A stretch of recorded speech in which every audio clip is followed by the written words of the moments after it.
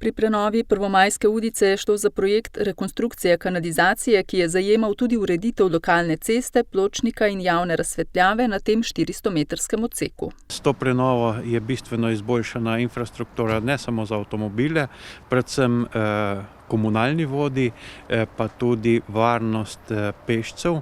Na tem delu je bila javna razsvetljava nekoliko manj močna, manj intenzivna, kar je bilo skoraj moteče za obisk športnega doma kot pomembnega objekta v mestu. Križišče so želeli preurediti v mini krožišče, a do tega ni prišlo, saj se stanovalci bližnjega bloka niso strinjali, da bi del zelenice namenili za ureditev javne infrastrukture. No, tukaj to ne ovira, da je klasično križišče.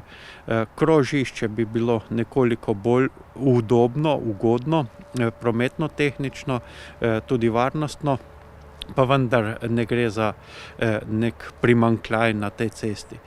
Kjer pa so ureditve nekako večje, predvsem pa promet bolj intenziven, tam pa bi bila taka izguba večja. V naslednjih mesecih sledi še hortikulturna ureditev.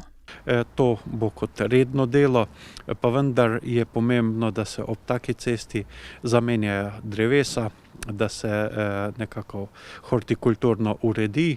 Vrednost investicije je znašala dobrih 300 tisoč evrov.